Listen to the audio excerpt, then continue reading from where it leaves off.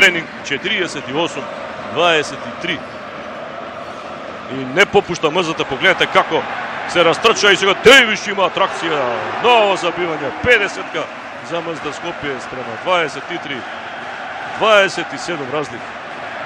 Не е добро за ова финале да е таква голема разликата, но ќе повторам, лути се самите на себе. Може да предпоставиме како изгледа претходните 48 часа и на тренинзите и во оние како да го изведат последниот напад. Тоа треба да го видиме. Борбеноста и духот кој што мора да ги служи. И ова е добар пример. Кога не ви оди, кога противникот едноставно ве гази, вие да не се откажувате. Уште една 21 загубена топка. Да видиме на другата страна Дејвис со забивање. Ова беше четвртина, па и полувреме на МЗД Скопје за паметење 54-27. Двојно повеќе поени во однос на противникот, а се работи за финале на плейофот. Трет надпревар при резултат 1-1 во победи.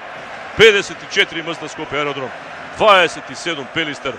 Една неверојатна втора четвртина, но се тргна низбрдо и може би да се изборат за пети надпревар, зборувам по оне во Битола во петок. Нека биде така, но претходно треба да го одиграат коректно овој. Краде топка Војдан Стојановски, Дејвис уште едно забивање и 61-30. Може би нема му е најтешко во игра, одлично е чуван, главно удвоен, добро го знаат и неговите движења.